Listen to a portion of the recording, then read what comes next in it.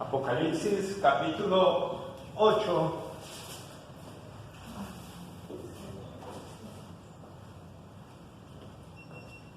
Versículos 10 al 13.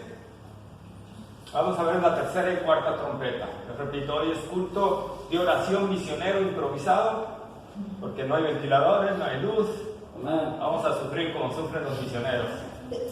Salud, y vamos a igual, a estornudar como estornudan los misioneros.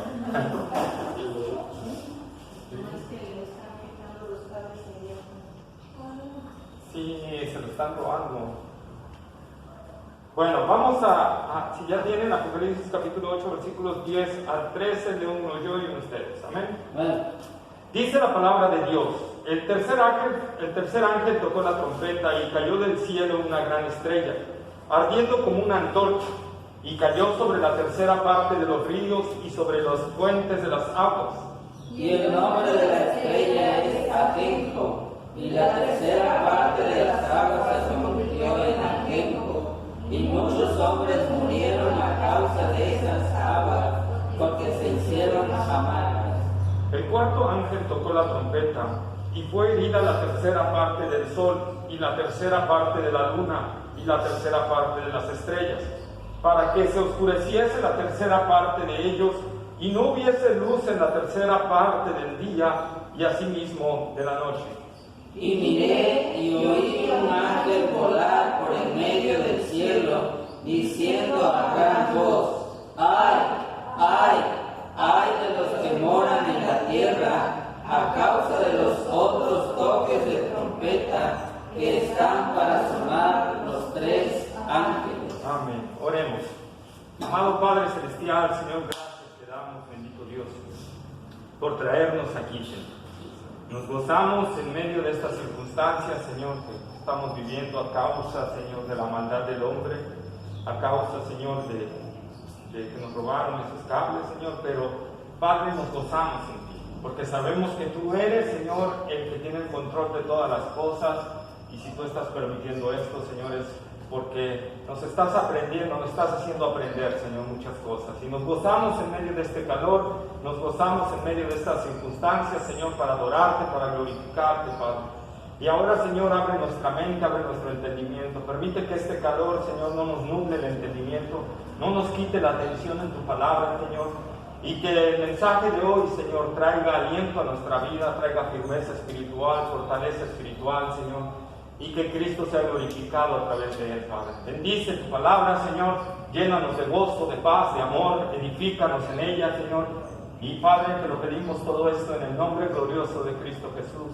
Amén. Amén. Pueden sentarse, amados. Entonces, nosotros vamos a entrar a la tercera y cuarta trompeta. Ya vimos la trompeta 1, la trompeta 2, ¿verdad? Ahora vamos a ver la 3 y la 4, perdón, se me nublan los lentes, por eso me lo quito mejor, porque ya no veo. Entonces vamos a entrar a esta parte, ¿verdad? Estamos viendo los juicios de Dios de las trompetas, ya acabamos los 7 sellos, en el séptimo sello, ¿verdad? El séptimo sello son las 7 trompetas, ya se han sonado 2 trompetas y entra la tercera trompeta, y voy a volver a leer los versículos, ¿verdad? El 10 y el 11, y dice: el tercer ángel tocó la trompeta y cayó del cielo una gran estrella ardiendo como una antorcha, y cayó sobre la tercera parte de los ríos y sobre las fuentes de las aguas, y el nombre de la estrella es Ajenjo, y la tercera parte de las aguas se convirtió en Ajenjo, y muchos hombres murieron a causa de esas aguas, porque se hicieron amargas, ¿verdad? Entonces, amados hermanos, el tercer ángel toca la tercera trompeta, ¿verdad? Y Juan ve una estrella descendiendo, ¿verdad?, del cielo como una antorcha, o sea, encendida y dejando una estela, ¿verdad?, que cae sobre la tierra y contamina los ríos y las fuentes de las aguas. Muy bien, esta estrella, ¿verdad?, lógicamente no se trata de una estrella en singular, porque la estrella más pequeña es más grande que la tierra, y si la estrella se viniera contra la tierra, pues la tierra desaparece, ¿verdad? Está hablando muy posiblemente de un cometa, Y un cometa que va dejando una estela, ¿verdad? Hemos visto los cometas cómo van y llevan una estela, ¿verdad? A su lado. Muy posiblemente aquí Juan vio eso, un cometa, ¿sí? Le llamó una estrella, ¿sí? Y dice que esta estrella contaminó porque le puso el nombre de ajenjo. ¿Qué significa ajenjo? Bueno, ajenjo era considerado lo más amargo que había sobre la faz de la tierra en ese tiempo. Esto era el ajenjo, conocido por eso, ¿verdad? Como una raíz terriblemente amarga que producía heredad y conducía a la muerte. ¿Sí? Conducía a la muerte. Ese era el ajenjo en el tiempo de Juan. ¿Sí? Entonces, esta estrella, ¿verdad? Al entrar a la atmósfera, ¿verdad? A la estratosfera, ¿qué pasa? Se empieza a disolver y se empieza a crear un polvo cósmico que inunda la tierra, pero lógicamente la parte que cae en los ríos, ¿verdad? Es contaminada y la gente dice que toma de esa agua, muere, indudablemente. Muere, indudablemente. Sí. El ajenjo en la palabra de Dios es tomado como idolatría, como injusticia y que trae juicio divino. Vamos, por ejemplo, a Deuteronomio capítulo 29, versículos 17 al 19. Deuteronomio capítulo 29, versículos 17 al 19. Y habéis visto sus abominaciones y sus ídolos de madera y piedra, de plata y oro que tienen consigo. No sea que haya entre vosotros varón, mujer, o familia o tribu, cuyo corazón se aparte hoy de Jehová nuestro Dios, para ir a servir a los dioses de esas naciones. No sea que haya en medio de vosotros raíz que produzca hiel y ajenjo, y suceda que al oír las palabras de esta maldición, él se bendiga en su corazón, diciendo: tendré paz, aunque ande en la dureza de mi corazón, a fin de que con la embriaguez quite la sed. Amén. Amén. Entonces ya vieron, ahí está, la ajenjo, la amargura. Amén. Amén. Vamos por favor al libro de Oseas, capítulo 10, versículo 4. Oseas, capítulo 10, versículo 4. Han hablado palabras, no en vano a la parte. Por tanto, el piso crecerá como ajenjo en los frutos del campo. Amén, ¿verdad? Entonces ahí está, el juicio florecerá como ajenjo, ¿verdad? Como amargura, como algo muy amargo. Amós, libro del profeta Amós, capítulo 5, versículo 7. 5:7. Los que convertiste en ajenjo el juicio y la justicia la echáis por tierra. Ahí está, ¿verdad?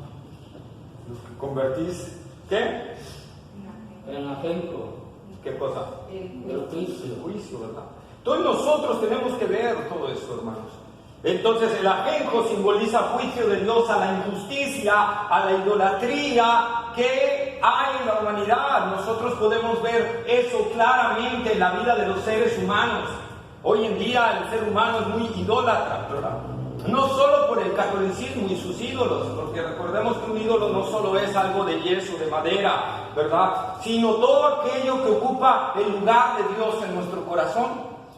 Entonces, todo tipo de idolatría para Dios es condenable.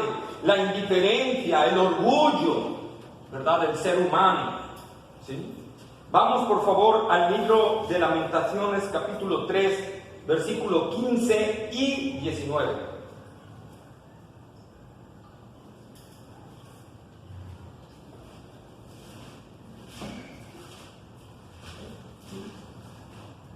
Muriendo de amarguras, muriendo de ajenjos. 19.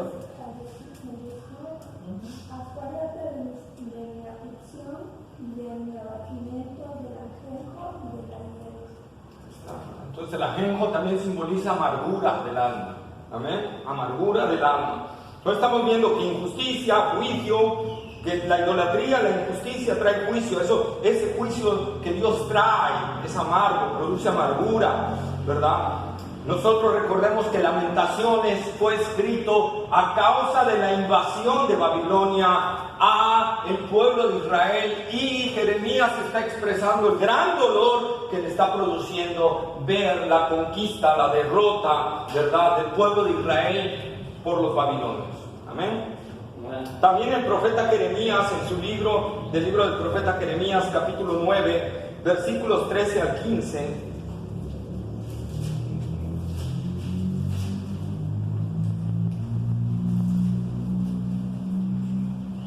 dijo Jehová, porque dejaron mi ley, la cual di delante de ellos, y no obedecieron a mi voz ni caminaron conforme a ella. Antes se fueron tras la imaginación de su corazón y en pos de los Baales, según les enseñaron sus padres.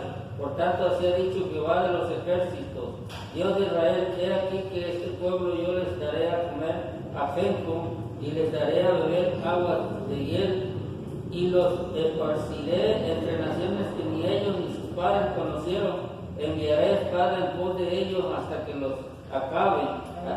Ahí. Entonces nosotros vemos, ¿verdad?, aquí al profeta Jeremías, como Dios dice, ¿verdad?, el juicio, y aún sobre su propio pueblo, ¿verdad? ¿Qué dice Dios? Les haré comer ajenjo y les haré beber hiel. Entonces, hermanos, por eso, muy probablemente, ¿verdad?, no es que sea ajenjo lo que va a hacerse, sino que va a producir el mismo efecto. Va a amargar las aguas, las va a contaminar terriblemente y a volverse un polvo cósmico y caer, porque no va a caer en todos los ríos, va a caer en la tercera parte de los ríos, ¿verdad? Y en la fuente de las aguas de esos ríos, para que continuamente estén amargos y no se puedan beber. Y eso nos habla del juicio de Dios. Y esto también, hermanos, recordemos, es un tiempo donde Dios está tratando con el pueblo de Israel, y todo esto les debe de hacer recordar las palabras de Dios con respecto al ajenjo, a la amargura, al juicio de Dios por la desobediencia, ¿verdad? Dios también tratando con su pueblo, Dios hablándole a su pueblo para despertar la conciencia, pero a la vez hablándole a la humanidad para que se arrepienta y deje su mal camino, ¿sí? Nosotros entonces podemos ver que la primera y la segunda trompeta, ¿se acuerdan qué afectó en término general, global? ¿Qué fueron lo que afectaron la primera y la segunda trompeta? La comida. La comida, amén, ¿verdad? La comida. Por lo tanto, se despertó un gran hambre. Entonces, esta tercera trompeta va a afectar el agua potable, el agua que se puede beber. Por lo tanto, va a haber sed en la humanidad bastante. La desesperación de la sed va a hacer que la gente tome de esa agua y muera envenenada por esa agua. ¿Sí? Alguien podría decir, ¡qué cruel es Dios! No, no es cruel. Al contrario, Dios está mostrando misericordia, porque Dios está castigando el pecado, pero en medio del juicio, Él está mostrando misericordia. ¿Por qué? ¿Por qué está mostrando misericordia en esta parte? También lo vimos en las anteriores. Porque no envenena todo. ¿Cuánto envenena? La tercera parte. ¿Se acuerdan las otras también? La tercera parte. ¿Sí? Dios está permitiendo que nada más sea la tercera parte, ¿verdad? Para que no sea algo que lleve a una catástrofe tan fuerte, a la perdición de toda la raza humana. Dios está mostrando su misericordia. Dios castiga el pecado. Indudablemente que sí, hermanos. Pero Dios muestra misericordia porque está esperando que el hombre se humille. Y alguien me dice, ¿dónde está la soberanía de Dios? Es algo que les he dicho, que es algo que no podemos entender, dónde entra la soberanía de Dios y la responsabilidad humana. Pero al final de cuentas la Biblia nos dice que Dios es soberano y lo hace, pero también nos dice que Dios, ¿verdad?, hace responsable al ser humano. Y Dios está esperando en medio de esta catástrofe que el hombre se humille, que a través de estos juicios, como dijo el profeta, que cuando Dios envía juicios a la tierra, el hombre aprende justicia. Entonces Dios está enviando juicios para que el hombre aprenda justicia, entienda lo que es justo y se humille delante del Señor. Y si la humanidad se humillara delante del Señor, Dios haría algo. Pero lógicamente la humanidad no se va a humillar delante de Dios. No se va a humillar delante de Dios. Dios se acuerda, como dice el salmista, ¿verdad? En el Salmo 103, 14. Lo leemos, por favor. Salmo 103, 14. 103. 14. Porque Él conoce nuestra condición, se acuerda de que somos polvo. Amén. Ahí está, ¿verdad? Entonces, Dios se acuerda que somos polvo. Y en medio del juicio, en medio de la ira, Dios está mostrando misericordia. El tiempo de la ira de Dios, la gran tribulación, aún en ese tiempo, Dios está mostrando misericordia y está deteniendo su ira, no está permitiendo que su ira se manifieste con todo su poder. Esa es la misericordia de Dios. Ahí estamos, la misericordia que Dios pone para sostener su ira. Ya hay mucha hambre en la tierra, ya ha habido muchos muertos, ahora más muertos. Imagínense, hermanos, imagínense ese tiempo tan terrible que va a ser, escasez de alimentos terriblemente, gente muriéndose de hambre, ahora gente muriéndose de sed. Si ahorita nos espantamos por lo que está sucediendo, por este virus, supuestamente, ¿qué será los que se queden en este tiempo? ¿Sí? ¿Qué será lo que sucede, lo que pase en este tiempo? El hombre no clama a su Señor, no clama por misericordia, no se humilla ante el Señor porque su corazón es orgulloso y no quiere hacer a un lado su orgullo y venir ante el Señor. No quiere doblegarse ante Dios, no quiere reconocer, ¿verdad?, que necesita de Dios, no quiere venir y postrarse ante Dios y clamar por misericordia. Recordemos Nínive. Dios envió a predicar a Nínive, a Jonás, ¿verdad? Y cuando Jonás predicó el mensaje, ¿qué pasó con Nínive?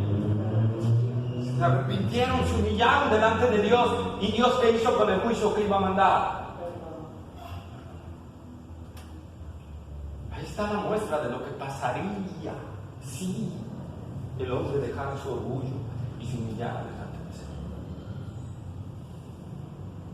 Porque nuestro Dios es bueno, es misericordioso, es grande en misericordia, como dice la palabra, pero es justo. Amén. Es tanto. Pero si el hombre se vuelve hacia el Señor con todo su corazón, con toda su alma, Dios perdona, Dios transforma, Dios tiene misericordia, ¿verdad? Como dijo por ahí, si mi pueblo se humillare, lógicamente el mundo no es un pueblo, ¿verdad? Pero estamos hablando, si mi pueblo se humillare y buscare mi rostro y se arrepintiere de sus malos caminos, ¿verdad? Y yo sanaré su tierra. Dios ha prometido. Para todo aquel, Nínive se arrepintió y Dios lo sanó. Dios lo libró del juicio. Dios lo libró de la maldad.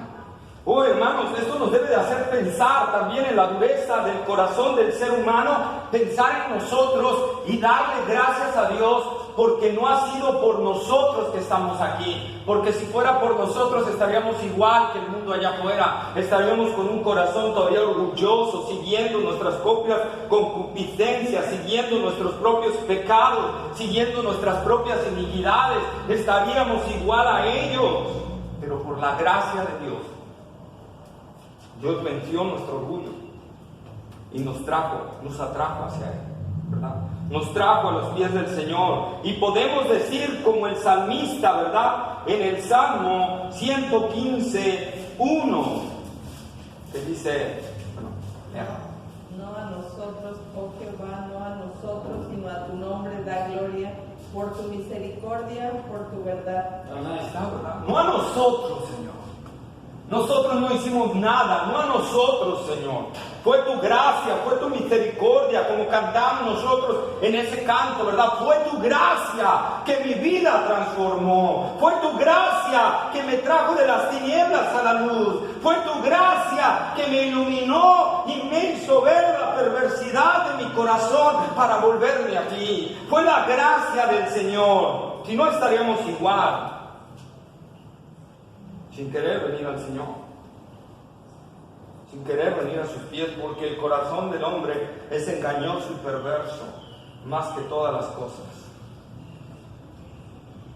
Porque somos orgullosos por naturaleza. Y si la gracia de Dios no actuara en nosotros, hermanos, siempre debemos de entender eso. Y yo trato de aplicar todo ese mensaje también a nuestras vidas, ¿verdad? De entender que cada día vivimos por la gracia de Dios. Amén. Y cada día tenemos que implorar esa gracia sobre nosotros si realmente hemos conocido nuestro corazón. Si realmente entendemos que nuestro corazón es muy engañoso. Día a día deberíamos de levantarnos al Señor y implorar su gracia sobre nuestro corazón, para que no nos lleve por malos caminos, para que no nos lleve por verdad, por veredas que no son de Él. No confiar en nosotros mismos, confiar en la gracia del Señor. Amén. Amén. Esta plaga es parecida, ¿verdad? También a la primera plaga de Egipto, la de donde se contaminaron los ríos, ¿verdad? Y la gente no podía beber de esa agua. Pero una muestra también, varias veces, inclusive busqué, ¿verdad?, en la Escritura, donde el Señor sana aguas amargas. Vamos a Segunda de Reyes, capítulo 2, versículos 18 al 23.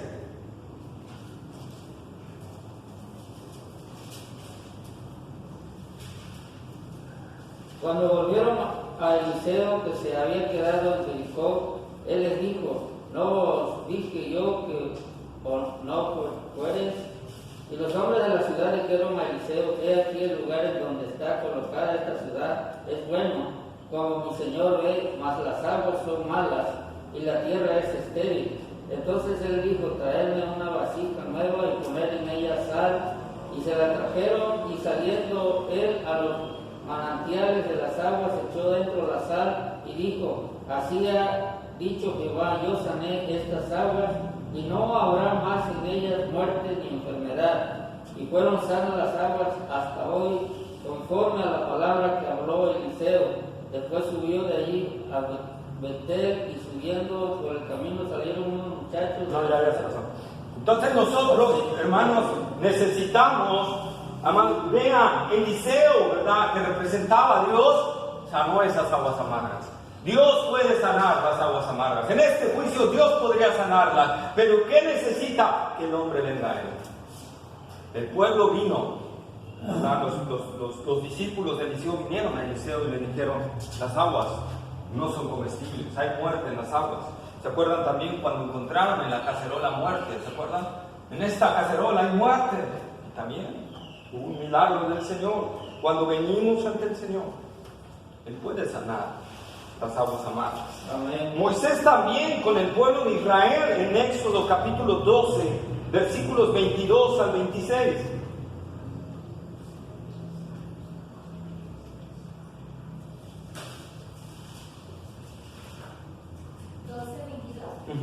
Al 26.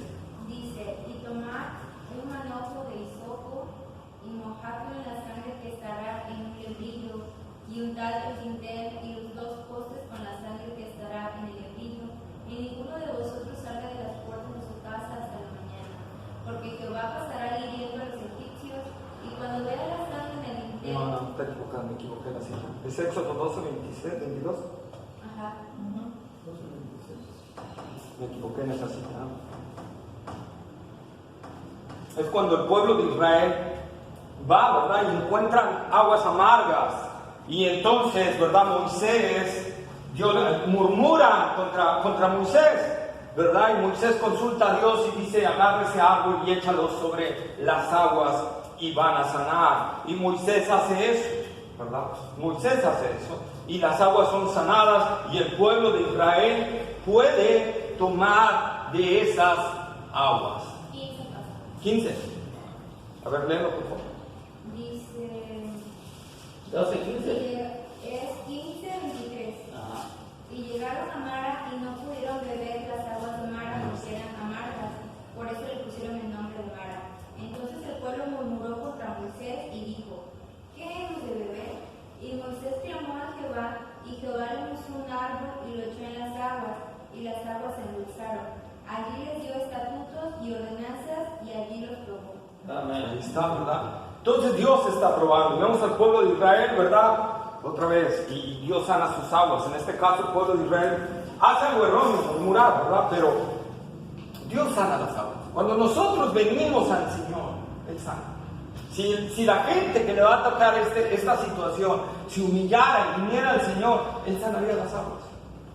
Pero la gente no quiere venir, no quiere humillarse ante Dios. Por eso es vital la gracia de Dios para que alguien venga a los pies de Cristo. Por eso tenemos que clamar también al Señor por la salvación de alguien.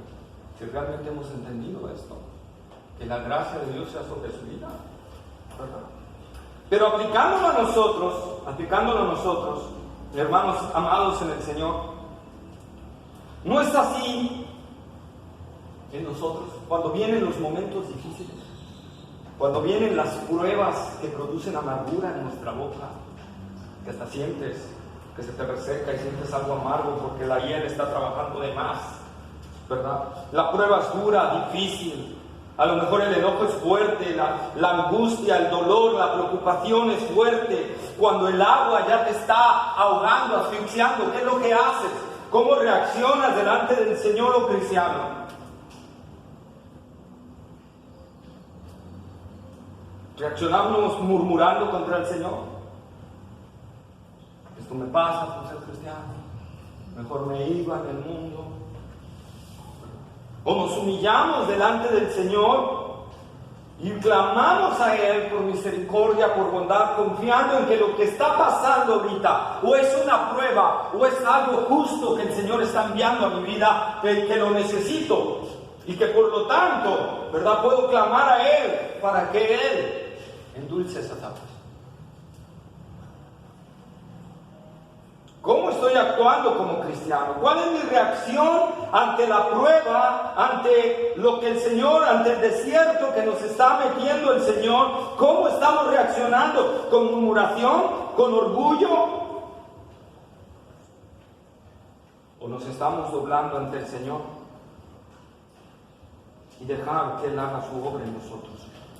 Diciéndole al Señor como el Señor Jesús: si quieres, pasa de mí esta copa, pero no se haga mi voluntad, sino la tuya. ¿Cómo reaccionamos ante esto, hermanos? ¿Cómo reaccionamos ante la situación difícil? ¿Verdad que a veces nos parecemos muchos a los del mundo? Sigue habiendo vestigios de nuestra carne, ¿verdad? Y seguimos reaccionando a veces como nuestra carne. Pero necesitamos intentar entender lo contrario. Aceptar la voluntad de Dios y clamar a Él para pedirle fortaleza. El Señor Jesús, cuando clamó estas palabras: si quieres, pasa de mí esta copa, estaba agonizando, estaba hasta sudando grandes gotas de sangre, dice la palabra, ¿verdad? Pero después, ¿cómo se levantó?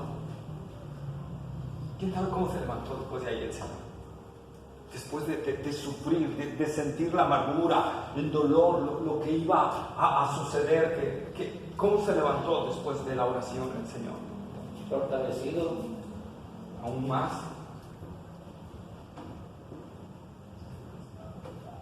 ¿Quién? ¿Qué dice Hebreos 12:2? Gozoso. Gozoso, por el gozo puesto delante, menospreció la cruz. Eso pasaría si nosotros clamáramos al Señor.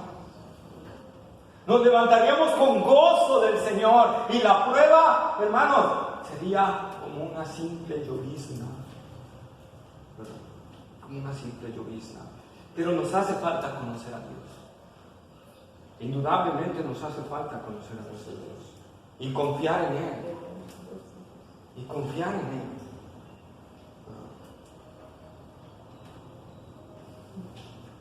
¿Acaso no ha prometido Dios, como decía hace rato, que si nos humillamos, ¿verdad?, y nos arrepentimos de nuestros malos caminos y le buscamos con todo nuestro corazón, Él va a enviar las plagas sobre nosotros y nos va a hacer... ¿Qué dice? ¿Qué dice? Que Él va a sanar. Toda amargura de nosotros se va a ir. Recordemos las palabras del escritor de Hebreos: que no haya en nosotros, ¿verdad?, una raíz de amargura. Que tengamos cuidado de eso. que no nos dejemos llevar por todas esas cosas. Al contrario, el Señor ha prometido que a los que creen en Él, Juan 7:38, ¿qué dice?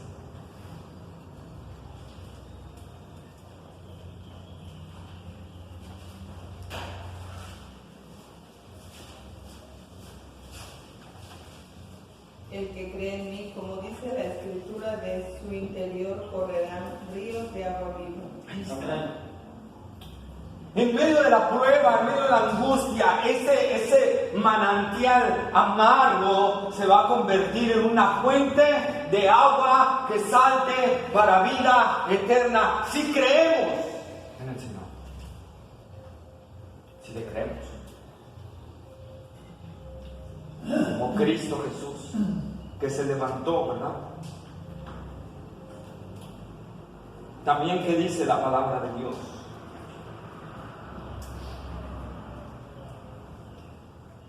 En Juan 4, capítulo 4, versículo 14.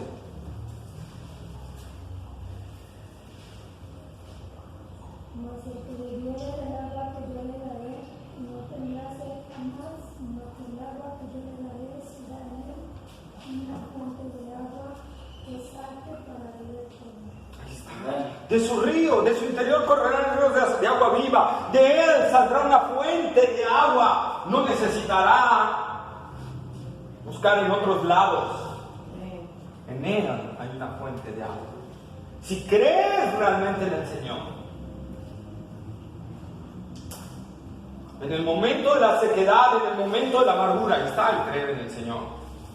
Esta estrella que va a venir sobre la humanidad como juicio y como prueba, sigue mostrando el orgullo del ser humano. Nuestro Dios es amplio en perdonar, pero la gente no quiere venir a Él. Y dice el versículo 12, y el cuarto ángel tocó la trompeta, y fue herida la tercera parte del sol, y la tercera parte de la luna, y la tercera parte de las estrellas, para que se oscureciese la tercera parte de ellos, y no hubiese luz en la tercera parte del día, y asimismo de la noche. El ángel, al tocar la cuarta trompeta, el cuarto ángel toca la cuarta trompeta, y dice la Biblia que el sol y por ende la luna y las estrellas pierden un tercio de su intensidad luminosa. Pierden un tercio de su intensidad luminosa. Es decir, va a haber un 33% menos luz de la que nosotros tenemos normalmente sobre la humanidad. ¿Sí? Lógicamente, al ver todo esto, hermanos, al suceder todo esto, ¿verdad? ¿Qué va a suceder? Pues va a suceder cambios climáticos, va a suceder afectaciones en las cosechas, afectaciones en la procreación de animales, afectación en el clima, en el ambiente, en varias cosas. Recordemos que la luna tiene mucho que ver con las mareas y varias cosas de eso, ¿verdad? Entonces, la luz solar tiene mucho que ver para las cosechas también y para la vida de los animales y de nosotros.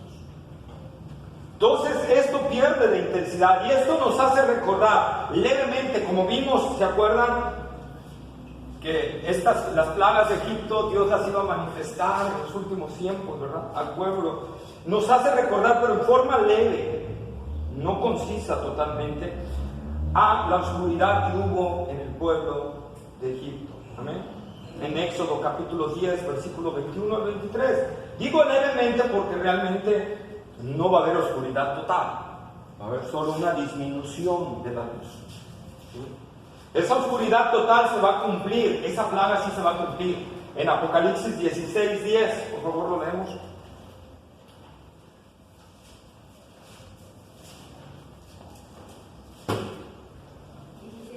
El quinto ángel derramó su copa sobre el trono de la bestia y su reino se cubrió de tinieblas y mordían de dolor sus lengüas. Ahí está, se cubrió de tinieblas, ¿verdad?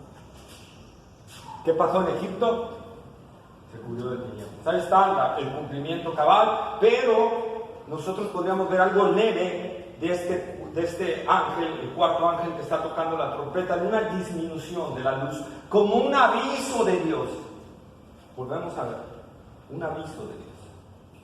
Imagínense de repente que ves que todo pierde su intensidad. De repente,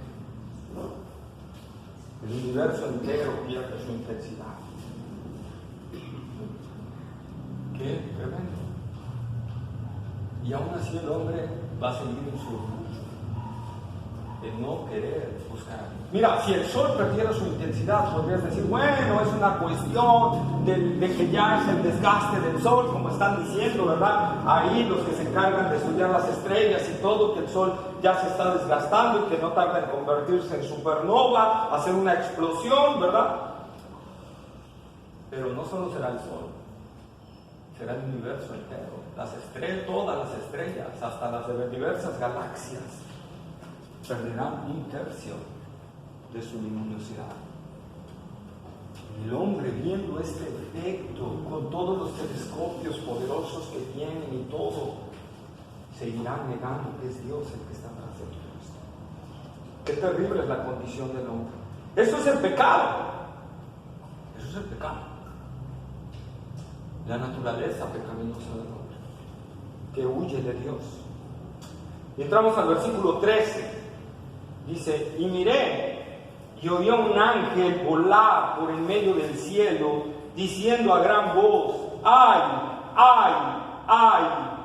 De los que moran en la tierra a causa de los otros toques de trompeta que están para sonar los 3 ángeles. El ay en la escritura es lo contrario a bienaventurados.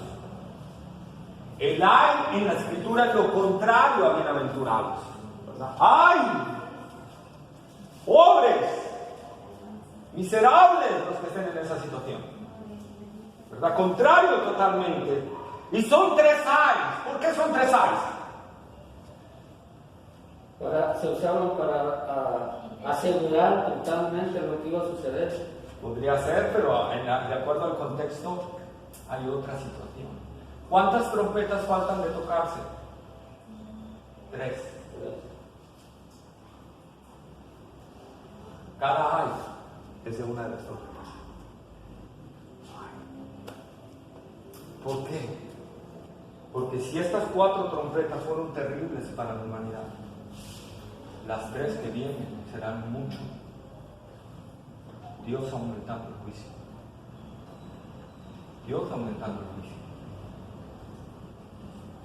Si el hombre no se arrepiente de su mal camino, Dios aumenta los juicios. Si la humanidad sigue perdinándose, Dios aumenta los juicios. Si nosotros como cristianos seguimos endureciendo el corazón ante Dios, Dios aumenta la disciplina. Conozcamos a nuestro Dios. Lo puedes ver claramente como leímos en Jeremías, en Lamentaciones. Cómo Dios permitió que entraran los babilonios, mataran a sus niños, abrieran a sus mujeres, las violaran delante de ellos. Algo terrible. Por eso el escritor de Hebreos nos dice, ¿verdad? Dura cosa es caer en manos del Dios vivo. Dura cosa, horrenda cosa. Eso se lo está diciendo a cristianos. Eso lo está diciendo a mundanos. No sea el que ama disciplina y azota a todo aquel que tiene por hijo. ¡Ay! ¡Ay! Si queremos jugar con el Señor. ¡Ay! Si queremos vivir un cristianismo light. ¡Ay! Si queremos engañar a Dios con nuestras obras. Estamos engañando a nosotros mismos. Y Dios va a traer juicio sobre nosotros, va a traer disciplina. Si somos hijos, Dios va a traer disciplina. Pero la disciplina de Dios es fuerte. Y si en medio de la disciplina no queremos arrepentirnos, Dios va a aumentar la disciplina.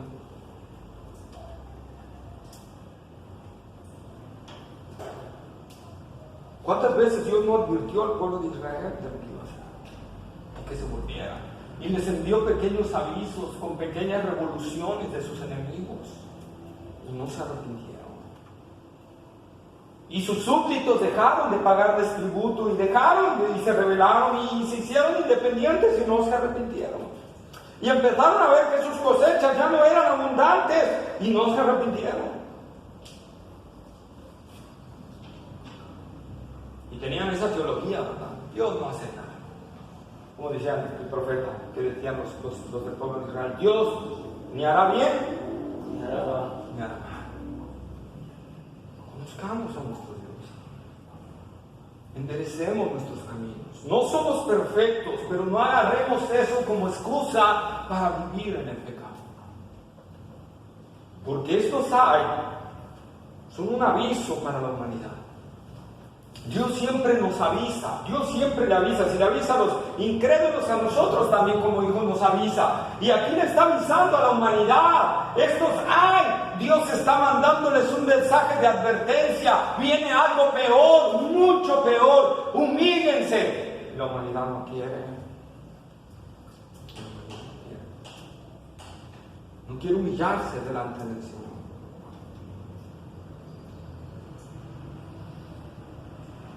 Es un aviso de Dios y es un paréntesis de Dios. Les está dando un tiempo. Fíjense que no siguen inmediatamente sigue la trompeta. Hay un tiempo, hay un paréntesis de Dios esperando y dándole oportunidad al hombre impío que se vuelva de su mal camino y se vuelva al Señor. ¿Qué dice? El cual es amplio. Así es Dios con la humanidad, así es Dios con sus hijos. Así es con nosotros, hermanos. Cuando nosotros pequemos, volvámonos inmediatamente al Señor y arrepintámonos inmediatamente. Dios espera, como dijo a esa mujer Jezabel, ¿verdad? Le he dado tiempo para que se arrepienta, pero no se ha arrepentido. Por lo tanto, la voy a echar en cama a ella junto con sus hijos, van a morir y a los que se metieron con ella también sufrirán de esa enfermedad. Nosotros vemos ahí Dios siempre dando oportunidad. No ocupemos la oportunidad de Dios para seguir perseverando en el pecado. Ocupemos la oportunidad de Dios para arrepentirnos y volvernos de nuestro mal camino y entregarnos al Señor. Hablemosle eso a la humanidad. Si esto te hizo temblar, independientemente si creas o no creas que fue algo terrible, si esto te hizo temblar, esto es un aviso de Dios, porque viene algo peor. Muy probablemente venga algo peor más adelante.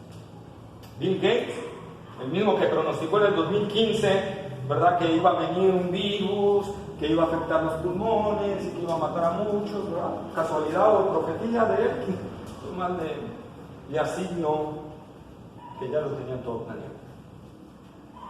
Pero ese mismo hombre acaba de avisar hace un mes atrás que a lo mejor en unos 8 meses se viene un virus más fuerte.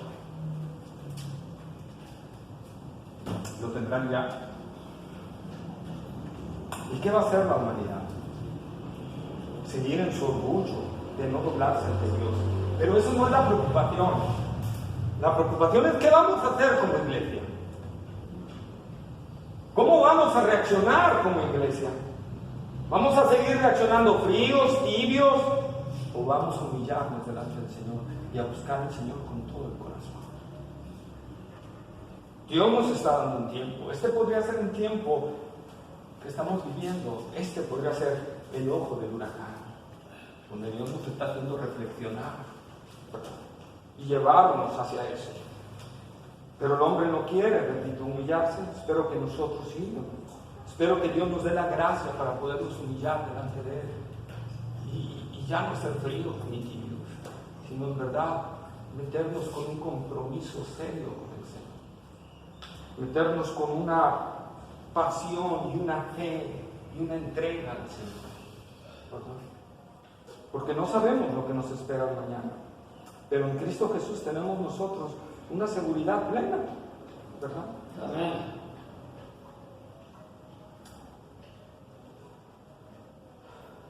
Tenemos que estar, hermanos, aquí puse, tenemos que estar constantemente revisando nuestro corazón, constantemente, diariamente, revisando nuestro corazón para ver, como dice el escritor de Hebreos, si no hay en nosotros incredulidad dentro de él, si no hay en nosotros desobediencia a la palabra de Dios, si en nosotros no está creciendo el orgullo, si en nosotros no está creciendo la desobediencia, la rebeldía. Tenemos que examinar nuestro corazón diariamente. Y hacer como dice el escritor de Hebreos, si oyeres hoy su voz, No se descae nuestro corazón. si estás oyendo la voz de Dios, si estás oyendo la voz de Dios en tu corazón, es porque Dios te está hablando todavía. Y tienes opción todavía para arrepentirte y venir a Él. Si estás oyendo esa voz, por eso dice el escritor, no endurezcas tu corazón. Porque esto te va a traer serios problemas y puede llegar a un punto donde ya no oigas la voz de Dios. Primera de Pedro 5:5.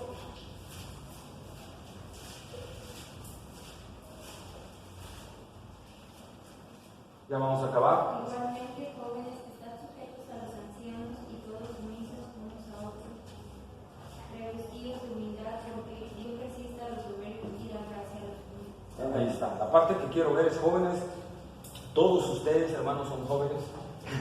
Sométanse a sus ancianos. Yo soy un anciano. No, es cierto. No, esa parte no quería ver. Lo que yo quería tomar de aquí, de 1 de Pedro 5:5, es esa palabra que dice, revestidos de humildad. La humildad es lo contrario al orgullo. La humildad es lo contrario al orgullo. Y Pedro está diciendo, al igual que Pablo, que esa es una acción que ¿quién la tiene que hacer? ¿Quién la tiene que hacer? ¿Qué dice? Revestidos. El creyente. El creyente. Diariamente tenemos que revestirnos de humildad. Diariamente. Porque el orgullo puede florecer rápidamente, la soberbia puede florecer rápidamente. Por eso dice Pablo en Filipenses capítulo 2, versículos 12 al 14, como siempre habéis obedecido, no solo en mi presencia, sino mucho más ahora en mi ausencia, ocupaos en vuestra salvación, con temor y temblor, porque Dios es el que produce en vosotros tanto el creer como el hacer. Y lean el versículo 14 porque ese se me olvidó. ¿Qué dice el versículo 14? 2:14.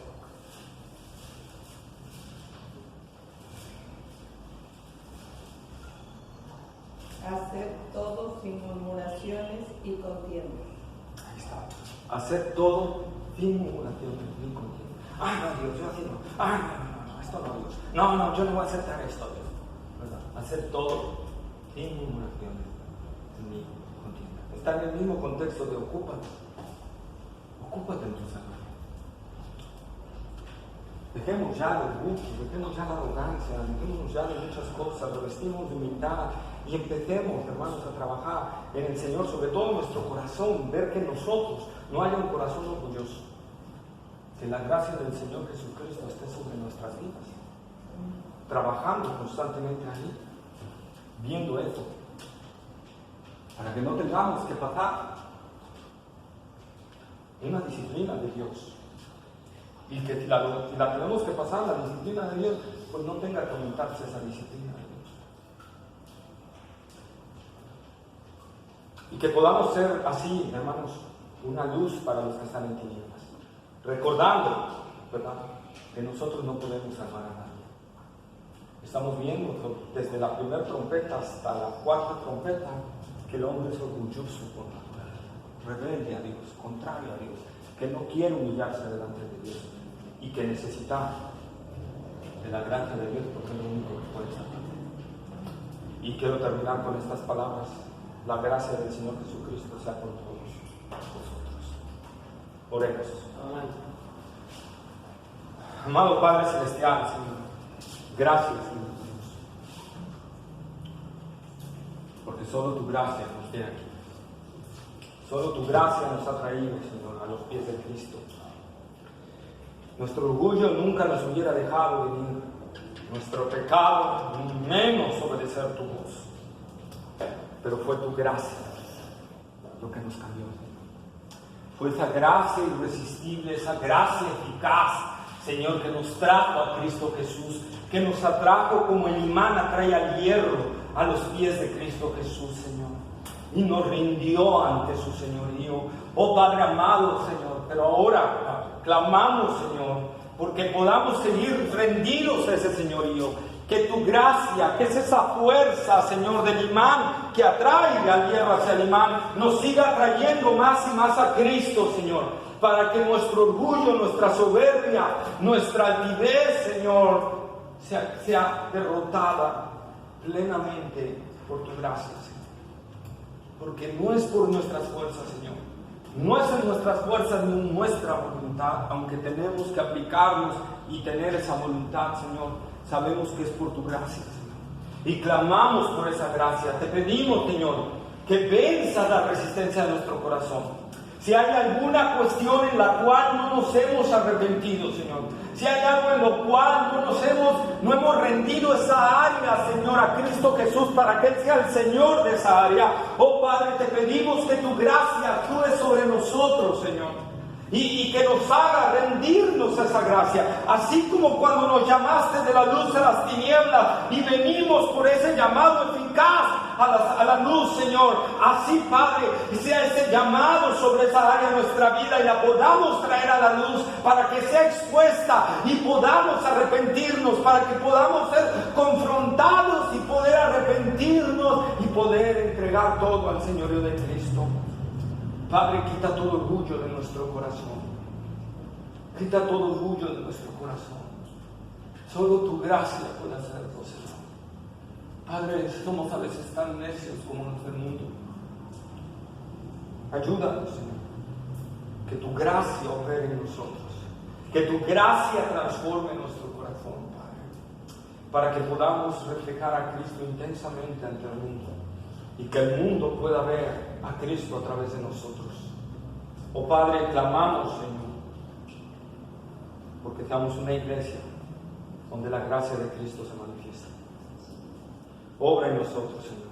Haznos cristianos comprometidos, cristianos obedientes, sencillos, humildes, llenos de amor, de santidad, que persigamos la santidad, Señor. Obra en nosotros, Señor. Quita toda inmundicia de nosotros. Lávanos, Señor. Y te pedimos, Padre, que también por nuestra ciudad. Señor, si tu gracia no actúa en esta ciudad, si tu gracia no actúa en los municipios donde somos influencia, Señor, La Antigua, Galván, Paso de Ovejas, Señor, si tu gracia no actúa, Señor, la gente te dirá en sus pecados a causa de su propia maldad y de su corazón orgulloso, Señor. Así que clamamos por esa gracia para ellos, Señor. Clamamos porque tu gracia opere, Señor, en estos municipios, Señor. Clamamos, Señor, porque esa gracia que nos atrajo a Cristo Jesús, esa gracia que nos trajo a los pies y nos rindió a los pies del Señor Jesucristo, actúe poderosamente en esta región, Señor. Actúe, Señor. Oh Padre, que podamos volver a ver esos sermones, Señor, como los de Pedro, que 3,000, 5,000, como los de Whitefield en los años 1800, Señor, donde más de 10,000 almas se convertían de una sola vez.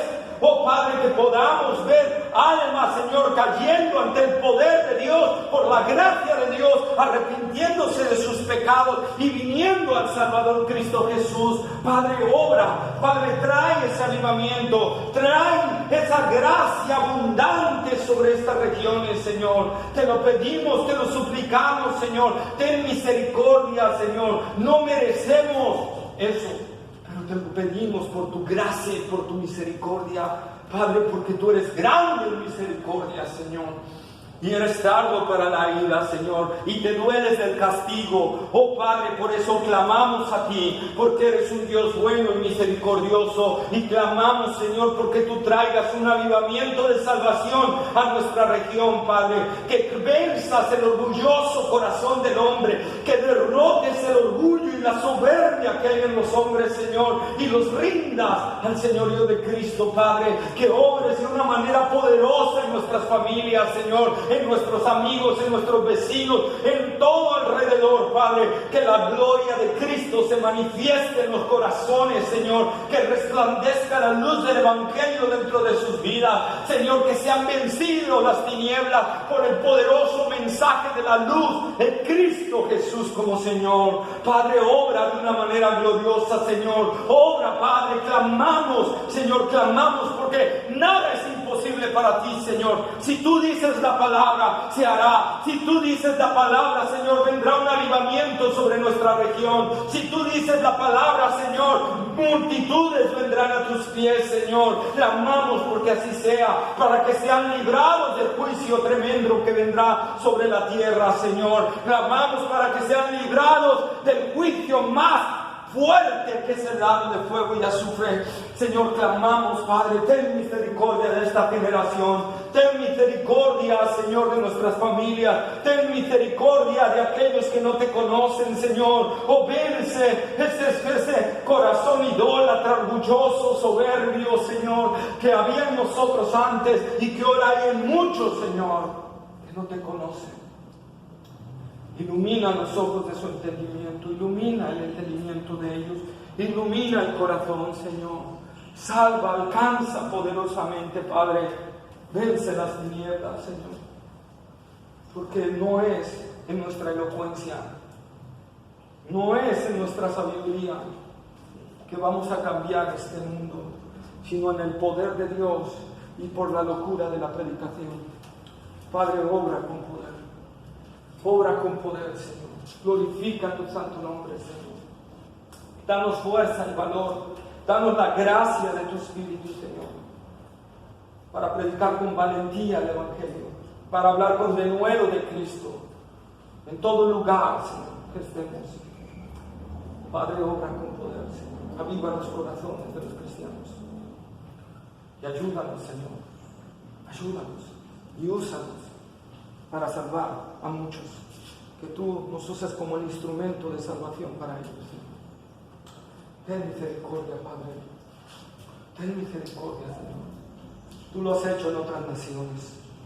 Tú lo hiciste en Irlanda, en Escocia, en Suecia, en Suiza, en Inglaterra, en Estados Unidos, Señor. Trajiste grande avivamiento, Señor. Y muchos vinieron al conocimiento de Cristo, que transformó la nación entera. Padre, tú puedes hacer lo mismo en nuestro país. Para ti no hay imposible, Señor. Para ti no hay imposible, Dios. Y queremos clamar que sanes nuestra tierra. Queremos clamar que sanes nuestro territorio, Señor. Queremos clamar, Señor, que traigas un avivamiento sobre todas estas regiones, Padre. Y que multitudes vengan a los pies de Cristo, Señor. Porque si tu gracia no actúa, sucederá lo que dice tu palabra en Apocalipsis, Señor. El hombre no vendrá a ti. Ten misericordia de esta humanidad, ten misericordia de esta generación, Señor, y ríndelos a los pies de Cristo, Padre. Ríndelos a los pies de Cristo, Señor. Gracias por la vida de mis hermanos que están predicando, Señor. Gracias, Señor, por los que están repartiendo folletos. Gracias por los que están hablando de Cristo. Padre, ayúdanos a hacerlo con más de nuevo, Señor, y en el poder del Espíritu. Que Cristo sea glorificado, Padre. En el nombre glorioso de Cristo Jesús te lo pedimos. Amén. Amén. Amén.